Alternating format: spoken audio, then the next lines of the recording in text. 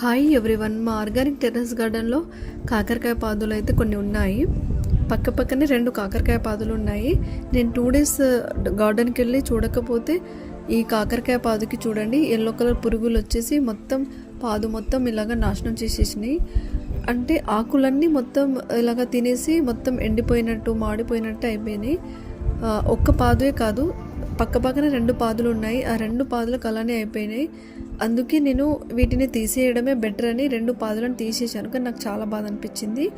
ఇన్ని రోజుల నుండి పెంచుకుంటూ వస్తున్నాను కదా, మళ్ళీ కాయలు కూడా బాగా వస్తుంటాయి. వీటికి ఉన్న కాయలను అయితే ఇలాగా తీసేసుకున్నాను. ఈ ఎల్లో కలర్ పురుగులను కంట్రోల్ చేయడానికి ఆర్గానిక్ ఫర్టిలైజర్ ఏమైనా మీకు తెలిసి ఉంటే కామెంట్ చేయండి.